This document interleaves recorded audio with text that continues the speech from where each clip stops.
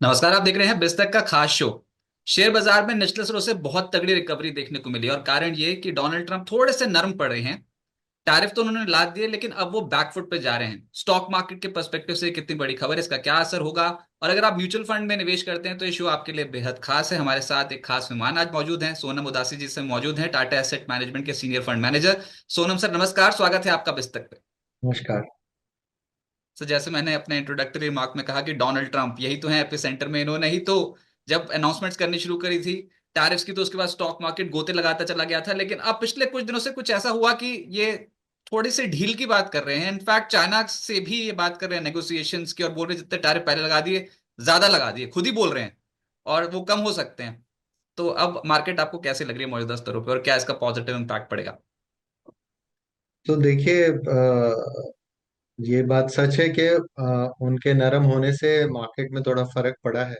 But I think अगर आप global context में देखें, इंडिया का जो रिकवरी है बहुत ज्यादा है compare to other emerging markets. आज भी काफी जो इमर्जिंग मार्केट्स हैं, सो आई थिंक उसमें दो तीन फर्क ये पड़ा है कि रिलेटिवली जो समझ में आ रहा है कि India will not be more negatively impacted, कि भाई it is net positive for for India. And उसके वजह से इनफैक्ट अगर आप देखें पिछले एक हफ्ते में एफआई निवेश भी काफी पॉजिटिव हुआ है। ऑलमोस्ट $1.5 बिलियन के करीब पिछले एक हफ्ते में निवेश किया जा चुका है एफआई द्वारा।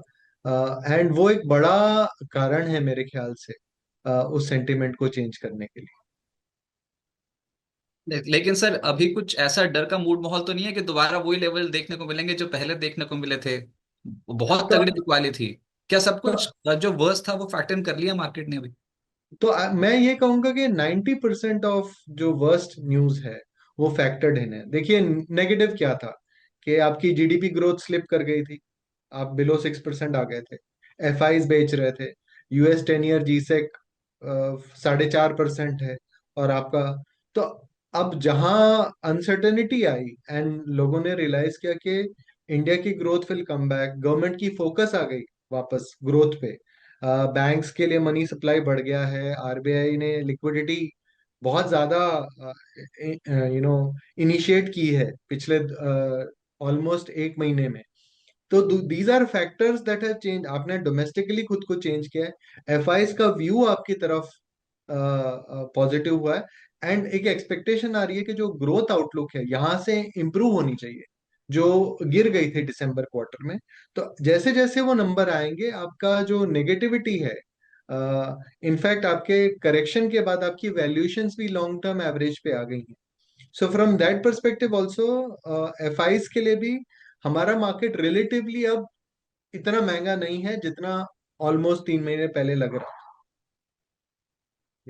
सर लेकिन हाल फिलहाल में एक बहुत ही दुखद घटना हुई कश्मीर में। पहलगाम में टेररिस्ट अटैक हुआ। सरकार ने बहुत कड़े एक्शंस लेने शुरू कर दिए हैं, डिप्लोमेटिक एक्शंस ले चुके हैं, और उसके बाद पता नहीं कि अभी मिलिट्री एक्शंस होते हैं कि नहीं। सर इसका कुछ मार्केट सेंटिमेंट पे असर पड़ता देखते हो आप? ह्यूमन लॉस की तो भरपाई हो नहीं सकती, लेकिन कैसे अब इसको अप्रोच करेगा स्टॉक मार्केट? है। देखिए, depends on the action. Normally अगर आप पास्ट में भी देखें, अगर यू नो छोटा मोटा आप एक्शन करते हैं, after volatility of 2 3 4 days market comes back. क्योंकि देखिए, फोकस हमारा ये रहता है कि ओवरऑल इकोनॉमिक एक्टिविटी पे क्या फर्क पड़ रहा है। अगर वो चलता रह रहा है एंड मार्केट रियलाइजेस कि नहीं ये इतना बड़ा नहीं होगा। देखिए, अगर फुल स्केल अगर हम वॉर की बात करें तो नेगेटिव होता है, लेकिन अगर आप पिन पॉइंट एक्शन की बात करें, टारगेटेड एक्शन की बात करें, कंट्रोल्ड एक्शन की बात करें, तो over a period of time market इसको हजम करके आगे बढ़ जाता है। So I think that is where we are. तो I think for now market is expecting कि भाई पास्ट में भी हमने कंट्रोल्ड एक्शन रिस्पॉन्स दिया है, and if that is the case we should be fine. पर सर अभी देश चाहता है कि एक बार तो एक्शन लेना बहुत ज्यादा जरूरी हो गया है, क्योंकि ये समस्या बहुत बहुत बड़ी हो गई है और ये कंट्रोल में नहीं है पाकिस्तान के। तो अगर कुछ हो गया, कुछ भी मिलिट्री एक्शन होता है, तो उसके लिए क्या बाजार प्रिपेयर्ड है? एक झटका लगेगा, दोबारा से खरीदारी होगी? देखिए, झटका तो देखिए, अगर कोई भी एक्शन होता है मार्केट सेंटिमेंट में ये जरूर रहता है कि थोड़ा शायद इकोनॉमिक रिकवरी में थोड़ा और डिले हो जाए। हम्म। ऑलरेडी आप इकोनॉमिक रिकवरी की एक्सपेक्टेशन रख रहे हैं। तो जैसे मैंने कहा कि जितना एस्केलेशन है, अगर एस्केलेशन कुछ दिनों का है, कंट्रोल्ड है, then everything is fine. If it is goes out of control, because आप अपनी तरफ से रिएक्शन दे सकते हैं, सामने का रिएक्शन आपको जज करना पड़ता है, and then it dies down. So ultimately हमारा फोकस अल्टीमेटली कम हो जाएगा कि भाई अपनी इकोनॉमिक रिकवरी कैसे होने वाली है, FY 26 में, FY 27 में, आपके ट्रेड टॉक्स यूएस के साथ कैसे होने वाले हैं। These are the focus for the market. अगर वो मैनेजेबल है, देन एवरीथिंग इज मैनेजेबल, फिर आप बचा के आगे बढ़ जाएंगे उसको। तो इस बार लग रहा है सरकार की मंशा एक बार तो करारा जवाब देगी सरकार, तो देखते हैं उसका कितना इम्पैक्ट पड़ता है। पर जो इनके से मिस हो गई है वाली रैली सर, ये जो रैली जिससे मिस हो गई है वो साइडलाइंस पे बैठे रह गए कि इस उम्मीद में बाजार और टूटेगा और टूटेगा, टूट तो रहा है, चढ़ेगा धीरे धीरे चढ़ेगा। ये तो बहुत शार्प रिकवरी हो गई ना, तो जो साइडलाइंस पे बैठे हुए थे अब वो क्या करें? देखिए, the fact of the matter is कि मार्केट ने एक पहली रिकवरी, आप बहुत ज्यादा ओवर सेल हो गया था मेरे ख्याल से मार्केट्स में, वो आपने नॉर्मलाइज किया है। अब यहाँ से नंबर्स बोलेंगे, किस तरीके की इकोनॉमिक, किस तरीके के नंबर्स हैं, एंड रिलेटिवली ग्लोबली इन्वेस्टर्स को समझ में आ गया है। जो FIs बिकवाली कर रहे थे, अब वो भी पॉजिटिव रुख अपना रहे हैं इंडिया पे। तो I think this market becomes a buy on dip market, as earning growth थोड़ी इंप्रूव होती है इन्वेस्टर्स को। जैसा आपने कहा कि अगर सरकार ने तगड़ा एक रिएक्शन दिया और एक अपॉर्चुनिटी बनी, देन अगर एस्केलेट बहुत बड़ा नहीं दिखता है, तो then this is an opportunity. Structurally देखिए, इंडिया की अगर हम बात करें, जहां ग्लोबल दो बड़े देश आपस में टैरिफ के लिए नेगोशिएट कर रहे हैं, लड़ रहे हैं, तो उनकी दोनों की ग्रोथ पे जरा तो अफेक्ट तो पड़ेगा ही। और उसके परिप्रेक्ष्य में India remains the fastest growing economy, तो उसकी वैल्यूएशन जरा प्रीमियम पे वर्सेस द वर्ल्ड रहेगी। आप डोमेस्टिक, आपका एक डोमेस्टिक मैन्युफैक्चरिंग बढ़ाने का एक सुनहरा मौका है ये जो टैरिफ वॉर है। हम्म। और इसमें आप यूएस सप्लाई चेन में अगर एक अच्छा अपनी कड़ी निभा सकें, then structurally it is very good for the Indian economy with a 2 year 3 year view. तो this is a structurally a good point to be in Indian equity. शायद मौका और मिलेगा, क्योंकि देखिए, एक रैली आई है, थोड़ा नंबर्स बचेंगे। बट जो आपका पहला प्रश्न था कि जो जो इस तरीके की नेगेटिविटी थी, ज्यादातर हो चुकी है या और, तो मेरे ख्याल से 90% that is done. Now you will get an opportunity, you have to be constructive, positively आप उसको देखें। अच्छा, पर क्या आपने ये उम्मीद की थी कि सोना स्टॉक मार्केट के मुकाबले बहुत बहुत ज्यादा रिटर्न देगा? बहुत बहुत मैंने इसलिए बोल दिया क्योंकि वाकई हर एसेट क्लास को छाड़ते ही चला गया। एक तो गोल्ड पे आपका आउटलुक क्या है अब, और क्या आपने एक्सपेक्ट किया था कि वो इक्विटी को इतना आउटबीट कर देगा? देखिए, जब भी इनफैक्ट जो आप अगर देखें तो गोल्ड की स्ट्रेंथ कोविड के टाइम से बहुत ज्यादा, इट वाज स्ट्रेंथनिंग। तो जहां भी ग्लोबली इतना अनसर्टेनिटी रहता है, एंड कई जगह पे सरकारों पे जब विश्वास नहीं रहता है उन कंट्रीज को, then gold automatically makes that move. And पिछले 2-3 सालों में central bankers have participated in you know increasing their gold holding. तो आई थिंक एक स्ट्रक्चरिंग बन चुकी है। जब तक ये संभलेगा तब तक तो गोल्ड एक स्ट्रेंथ तो दिखाएगा। अब ये कहना कि ये पीक हो गया है और यहां से, so I would not want to hazard a guess. I would say कि जब तक डॉलर अपनी जगह बना नहीं पाता है कि अब कहाँ वो जाके संभलेगा, तब तक आपका एक गोल्ड का एक स्पेस रहेगा। अच्छा, आप Tata equity PE fund manage करते हो सर। ये पीई का तो खेल है, प्राइस टू इक्विटी का। एक तो ये समझाएं कि क्या फेयर वैल्यू आप समझते हो स्टॉक मार्केट की होनी चाहिए? क्रैश में जब ये क्रैश आया था तो इतना धड़ धड़ करके टूट रहे थे, सब नीचे की बात कर रहे थे, तो और टूटेगा, हिस्टोरिकल पी से नीचे चले जाएगा। तो एक तो क्या फेयर वैल्यू समझते हैं आप इंडियन मार्केट्स में पी की, और दूसरा ये कि क्या आपने कुछ स्ट्रक्चरल शिफ्ट्स किए हैं, पोर्टफोलियो रीएलोकेट किया है किसी पर्टिकुलर सेक्टर में से निकल के, कहीं पर पैसा ज्यादा ओवरवेट रखा हो, वो प्लीज बता दीजिए।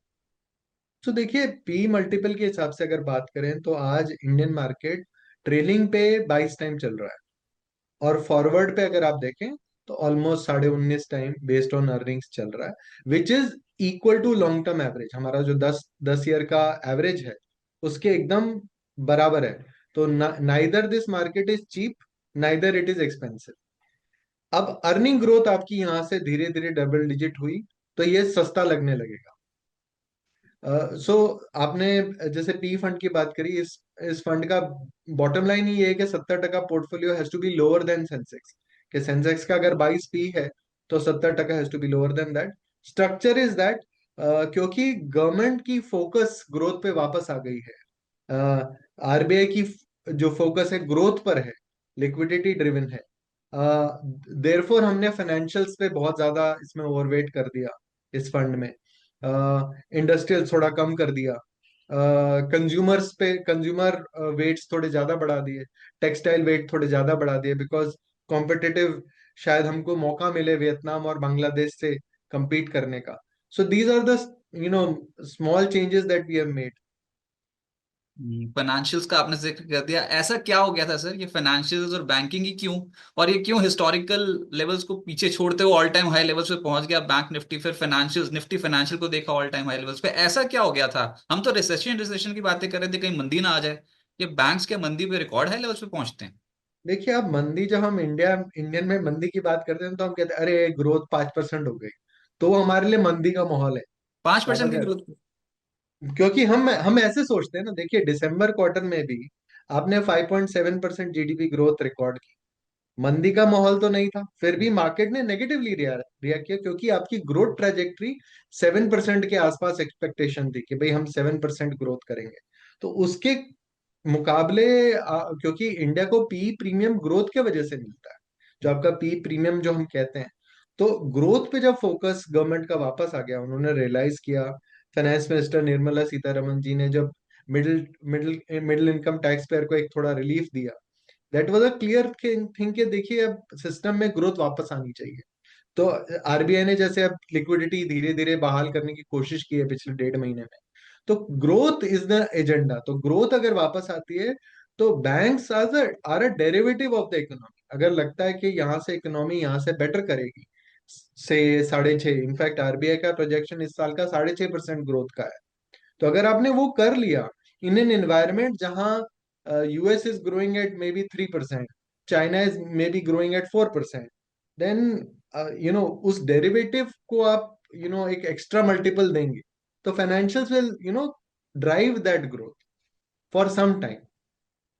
लेकिन फिर कंसर्न यही तो होता है ना कि यूएस में प्रॉब्लम है, वहां वहां पर रिसेशन आने का खतरा है।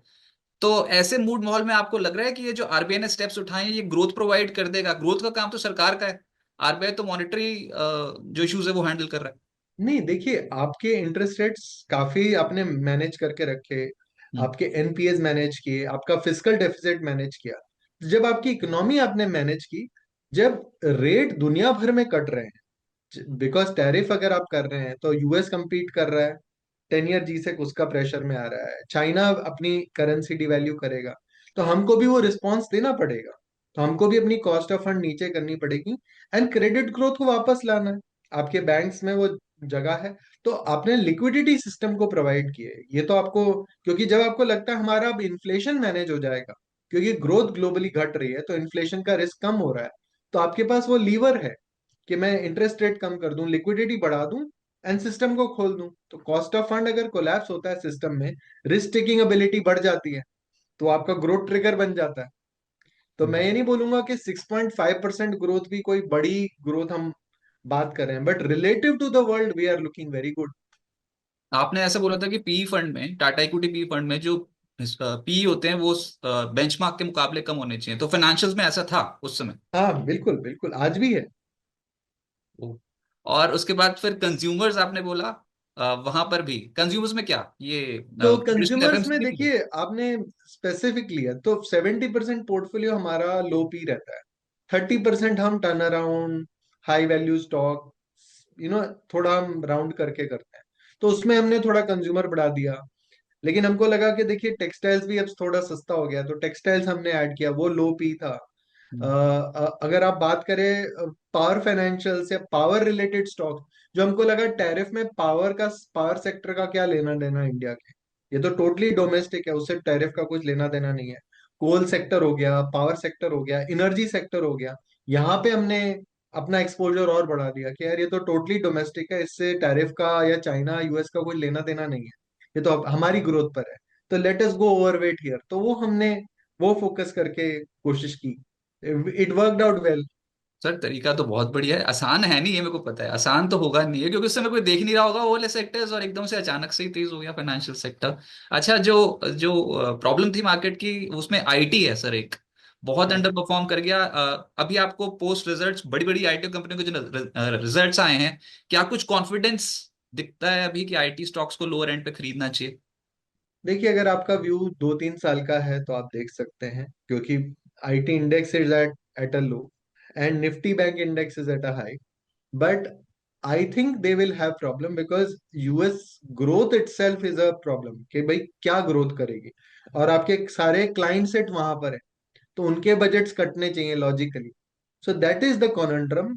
आई थिंक अगले 6 महीने में आपको मौके मिलेंगे। ये मेरा मानना है कि आईटी सेक्टर में आपको मौके मिलेंगे। आपको अपना एक्सपोजर धीरे धीरे वहां बढ़ाना चाहिए, and with a 3 year view, और 3 ईयर व्यू में आपका फिर आउटकम स्विंग कर जाएगा। Because whether it is AI, whether it is platform, Indian IT companies will always have a say low cost, and because you are bringing low cost to the table you will always do well. तो आपको समय मिलेगा। IT index मेरे ख्याल से attractive levels पे है, लेकिन कभी कभी वो अट्रैक्टिव ले, जैसे निफ्टी बैंक काफी टाइम तक अट्रैक्टिव लेवल पर था, and then it started to, तो आई थिंक वो समय है आपके पास। अच्छा, एक सवाल और आ गया मेरे जहन में, वो ये कि जब मार्केट नीचे गई थी तो सब कुछ ही तो सस्ता हो गया था फिर, तो फिर तो आपको बहुत सारी अपॉर्चुनिटीज मिल गई होंगी लोअर एंड पे, तो पी मल्टीपल सबके कम थे। नहीं, सबके नहीं थे, रिलेटिव बात हो रही है। देखिए, अल्टीमेटली अगर आप देखें तो देर आर मेनी सेक्टर्स, जैसे IT for example was not a low P sector.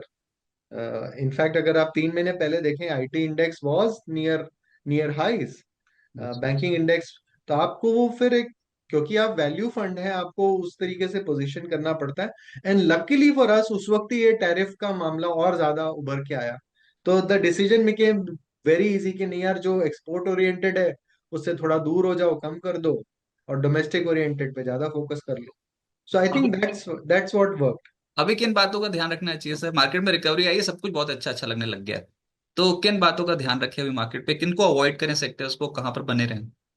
सो देखिए, जो लास्ट ईयर की अगर आप रैली याद करें तो हर एक जना केम इनटू द मार्केट, और हर एक सेक्टर मैंने ये ले लिया, people hmm. Will show you WhatsApp messages and everybody became a money manager.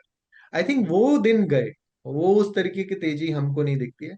तो जिन सेक्टर्स में नंबर आ रहे हैं और आपने नंबर्स के फेवर में वो लिया था, वो वापस आ जाए। लेकिन जो आपने हवा में किसी के कहने पे, उसका आना आज भी कठिन है। कि अल्टीमेटली देखिए, लिक्विडिटी सिस्टम से यूएस खींच रहा है, राइट? जो लिक्विडिटी ऑन थी, हमारी लिक्विडिटी हमने खोल दी है डोमेस्टिक, तो वो लिक्विडिटी अब जो ग्रोइंग सेक्टर्स है उसको चेज करेगी। तो मेरे ख्याल से banking financial is a good place to be. Some portion जैसे defence is a good place to be, because आप इन्वायरमेंट देख ही रहे हैं ग्लोबली, तो defence as a sector should relatively do well. In fact even consumption में जो भी विमेन रिलेटेड सेक्टर्स को केटर करता है, that will do very well within. Also मुझे ये लगता है कि नहीं पावर नहीं, जो, एक मिनट ये women related sector will do well का क्या मतलब कंजम्पशन में देखिए ऐसा कौन सा पैटर्न निकल गया? देखिए अल्टीमेटली आप अपने आसपास अगर आप देखें तो more women are coming joining the workforce, चाहे टीयर 4 हो, टीयर 1 हो, रिच हो, पुअर हो। तो लेकिन जो हाउस होल्ड का काम है वो तो एफिशिएंटली चलना चाहिए, हम्म। राइट? तो चाहे वो रेडी टू ईट हो, क्विक सर्विस हो, ईटिंग आउट हो, या कंज्यूमर अप्लायंसेस हो जो काम फास्ट कर दें, रेडी टू ईट हो, तो दीज आर सेक्टर्स जो मुझे लगता है अगले 5 साल 10 साल में पेनिट्रेशन क्योंकि कम है इनकी ब्रांडेड की, तो they will become big. In fact food processing मुझे लगता है अगले 10 साल में 5x हो जाएगा। From and you have to search for sector segment जहां डबल डिजिट ग्रोथ पॉसिबल है। ये इंडस्ट्री साइजेस जो जो डबल हो जाएगी। इनफैक्ट इवन फाइनेंशियल सर्विसेज, दो लास्ट 3 महीने स्टॉक मार्केट के लिए इतने अच्छे नहीं रहे हैं, लेकिन जो भी फाइनेंशियल एसेट्स पे फोकस्ड हैं, जो फ्रेंचाइज, चाहे वो एएमसी हो, ब्रोकरेजेस हो, इन्वेस्टमेंट बैंकर्स हो, वेल्थ मैनेजर्स हो, पॉइंट टू पॉइंट ये sector size will become very very big in the next 5-7 years. इनका एयूएम यहाँ से डबल हो जाएगा। अगर आप 10% नॉमिनल जीडीपी पकड़ें, this these sectors will become very big. तो जहां सेक्टर डबल होने वाला है, तो बीच में आप झटके अगर मैनेज कर सकें, तो पॉइंट टू पॉइंट आपकी कंपाउंडिंग अच्छी हो जाएगी। तो फाइनेंशियल, कंज्यूमर्स और मार्केट इंफ्रास्ट्रक्चर वाली कंपनियां, एनर्जी, ये जो स्टॉक्स हैं ये बहुत अच्छे लगते हैं। राइट। एंड जो हमारा टैरिफ में जो सेटलमेंट होगा यूएस के साथ, तो उसमें फिर हमको देखना पड़ेगा किन सेक्टर्स को हमारा एक चांस है बड़ा करने का एक्सपोर्ट में, या किस तरीके से। Maybe auto ancillaries is one, जहाँ एक खुल कर आए, या पीएलआई में कुछ नया निकल आए, ईएमएस प्लेयर्स में। तो वो वॉच करना पड़ेगा, and then there be new winners in that category. For now we are remaining domestic. अच्छा, दो सेक्टर्स पूछता हूँ सर उसमें अभी। एक है ऑटो। ऑटो भी तो बहुत सिग्निफिकेंटली डाउन है, मतलब लगातार टूटते ही देखा है हमने। अब दो ट्रिगर्स, एक तो है मॉनसून यहाँ पर, और डोनाल्ड ट्रम्प थोड़े लीनियंट पड़े हैं हाल फिलहाल में। तो क्या ये ग्रोथ वापस आएगी ऑटोज में, या फिर ये ऐसे ही ये भी ठंडा ही पड़ा रहेगा सेक्टर? देखिए, अब हमारी ऑटो की ग्रोथ का यूएस से या चाइना से कोई लिंक ही नहीं है। हम तो डोमेस्टिक है सारे के सारे। राइट। टेस्ला तो आ रही है हमारी सर। हमारी हमारी जो ग्रोथ है, वो बेसिकली थोड़ी कम पड़ी है। तो इसलिए आपने देखा कि एफएम ने आपको, कंज्यूमर्स को काफी सारा टैक्स बेनिफिट दिया कि भाई अब जाके आप खर्चा करो यार, 1 लाख करोड़ जो दिया। तो एक्सपेक्टेशन ये है कि धीरे धीरे वो ट्रिकल डाउन करेगा, एंड आपको वो ऑटो में देखेगी। मेरा अपना ये मानना है कि बिकॉज ये टैरिफ का सीन चल रहा है globally, there are better sectors to be in. It is better to be underweight auto ancillaries. I am very positive over the longer term, because आप डोमेस्टिक भी कर सकते हैं, एंड शायद एक्सपोर्ट में आपका पोटेंशियल बन जाए, क्योंकि EU countries are also looking at non China supply chain, so whether you have a case to win there as well. और जो दूसरा सेक्टर है दैट इज सीमेंट। वो पीछे बात थी हुई थी कि पिछले साल सरकार ने कम खर्चा किया इलेक्शंस के चलते, इस साल ज्यादा खर्चा करने को तैयार हो जाएंगे अब। तो उसमें क्या बेनिफिशियरी सीमेंट हो सकता है? हो सकता है, लेकिन देखिए, द फैक्ट, ये मेरा मानना है कि नंबर्स अच्छे आएंगे, रियलाइजेशन अच्छी होगी, लेकिन valuations are not that cheap versus the market. Cement, in fact अगर आप पूरे जो डाउनटर्न आया था मार्केट में, पूरे डाउनटर्न में cement did not fall as a sector. आप अगर देखें तो उसमें कोई कोलैप्स नहीं आया था। तो जो कम गिरा है वो कम चलेगा लॉजिकली। अच्छा, पर ना निवेशक बहुत परेशान इसलिए हो रहे हैं क्योंकि ना वो small cap, mid cap stocks भी खरीदे, और पिछले कुछ 2 सालों से म्यूचुअल फंड्स भी वही खरीदे, स्मॉल कैप्स और मिड कैप्स वाले। अब परेशान हो रहे हैं, वो वाले भाव ही नहीं आ रहे वापस। तो नहीं, सर ये अभी आएंगे तो मिड मैंने कैप वही ऊपर? कहा कि चाहे आपने लार्ज लिया हो, मिड लिया हो, स्मॉल लिया हो, अगर ग्रोथ वापस आ गई, और ग्रोथ आपने ग्रोथ के लॉजिक से ली थी, then you don't need to fear. लेकिन अगर एवं ही किसी कॉन्सेप्ट के चलते या कुछ, अ, तो फिर आपको दिक्कत है। वो मुझे नहीं लगता वापस आने वाला है। एज अ सेगमेंट, चाहे वो मिड हो, स्मॉल हो, लार्ज हो, असेंशियली देखिए आप निवेश क्यों करते हैं, कि भाई देखिए हमारी वेल्थ ग्रो कर जाए। अब वो लार्ज कंपनी ग्रो कर रही है, स्मॉल कर रही है, मिड कर रही है, अगर ग्रो कर रही है उसकी वैल्यूएशन ऑटोमेटिकली आएगी।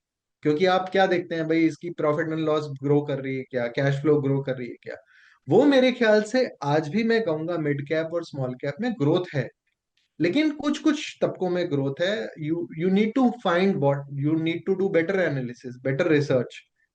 एंड जो है फिर, आज कई सेक्टर्स हैं, चाहे वो कंजम्पशन हो, पीएलआई रिलेटेड हो, वो small cap, in fact even financial services हो, जिनमें वो गिरे, स्मॉल कैप मिड कैप, वो वापस आ गए। They are near their 52 week high, या वट एवर आप बोलो, they have not fallen so much. लेकिन जहां पे रिकवरी नहीं है, कोई फलाना यू नो एक डेटा सेंटर का प्लान है या रिन्यूएबल का प्लान है, अगर वो नंबर आ गया, तो तो तो it make sense to own that. Otherwise you have to question that logic, कि मैंने क्यों।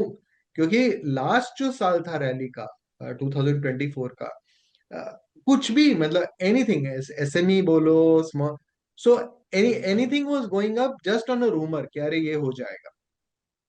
So what ever was rumour mongering will not come back. जो सही धरातल पे है, जो आपने सही रिसर्च करके लिया है, you don't need to fear, वो अपने आप आ जाएगा। नंबर बताएंगे तो अपने आप वैल्यूएशन आ जाएगी। ये एसआईपीज में कुछ गिरावट देखने को मिल सकती है? लोग थोड़े कॉशियस हो गए हैं अभी, ऐसा बाजार में अटकले हैं, तो एसआईपीज जो इतने स्ट्रॉन्ग इनफ्लोज देखने को मिले, क्या वो थोड़े थमते नजर आते हैं आपको? देखिए, हमें तो वो नहीं दिख रहा है, to be very honest with you. And I think वो होना भी नहीं चाहिए। हम्म। अगर आप ये कह रहे हैं कि इंडिया फास्टेस्ट ग्रोइंग इकोनॉमी है वर्ल्ड में, अगर आप ये कह रहे हैं कि हमारी फिजिकल कंट्रोल में है, वी हैव बेटर पोटेंशियल, आपकी पर कैपिटा इनकम $2800 है केवल, आप $5000 की पर कैपिटा इनकम की तरफ अग्रसर हैं over next 6-7 years, which is the 12-11-12% compounding. जब आप एट द मार्जिन रिच हो रहे हैं, देखिए चाइना 12,000-14,000 पर कैपिटा इनकम पे है, आप अभी भी लो हैंगिंग फ्रूट है, there is inefficiency in the economy, there is money to be made. तो अगर आप फोकस रखें, you will make money, you have to give it time.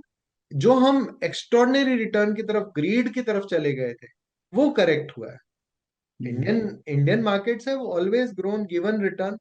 जहां पे भी excess greed, market is between fear and greed, तो excessive greed, फिर excessive fear. तो जहां एक्सेसिव फियर है वहां तो आपको आज मैं कहूंगा वैल्यूएशन रियलिस्टिक है। अगर और थोड़ी चीपर हो जाए तो बेटर, बिकॉज रिस्क रिवॉर्ड और फेवरेबल हो जाएगा। बट मुझे लगता है bulk of the negative is gone for the Indian equity investors. वो जो आपने ग्रीड की बात करी, उसमें तो एसआईपी में पैसा डाला, बाजार में भी डाला, और एफडीआं तोड़ तोड़ के भी डाला लोगों ने, और वो कुछ नए इन्वेस्टर्स भी आ गए। सर ये मेरा आखिरी प्रश्न होगा, जो नए इन्वेस्टर्स आ गए इस उम्मीद में कि मार्केट तो ऊपर ही चलता है, तो फटाफट से पैसा कमा लेते हैं, अब उन्होंने ऐसी मार्केट देखी नहीं, थोड़ा तनाव महसूस हो रहा है उनके लिए, आपका मैसेज? तो I think it is, see market हमेशा ये साइकिल दिखाता ही है, हर cycle it teach you something. And it always, because हम ये बोलते हैं नहीं नहीं ये रैली डिफरेंट है, we always say this time it's different. तो market tells you no no it's not different, it's the same, fear and greed. तो अब थोड़ा ग्रीड निकल गया है, people have become realistic, people are asking questions कि return बनेगा, कहाँ से बनेगा, क्या इन्फ्लेशन है, those are questions to ask, because hard earn money है जो आप डाल रहे हो। अगर हर कोई कर सकता सट्टे में तो सब कर लेते, it is not that easy. So मेरे ख्याल से अगर आपकी एक्सपेक्टेशन है कि देखिए India 6.5% growth, 3-4% inflation, 10.5%, 11% nominal GDP अगले 5 साल तक करेगा, निफ्टी का रिटर्न कम से कम उतना है, अब वो आपकी एक्सपेक्टेशन में जचता है वो रिटर्न प्रोफाइल, तो जरूर आप करिए। एंड लंबा समय रखिए। आप एफडी करते हैं, आप 5 साल का व्यू ले लेते हैं, बट इक्विटी में आपको रोज वो चाहिए कि नया कुछ, दो that is the difference. So if you want to build wealth you have to give it भाई सर, सोनम सर बहुत शुक्रिया आपका समय पुस्तक को देने के लिए, थैंक यू सर। टाइम।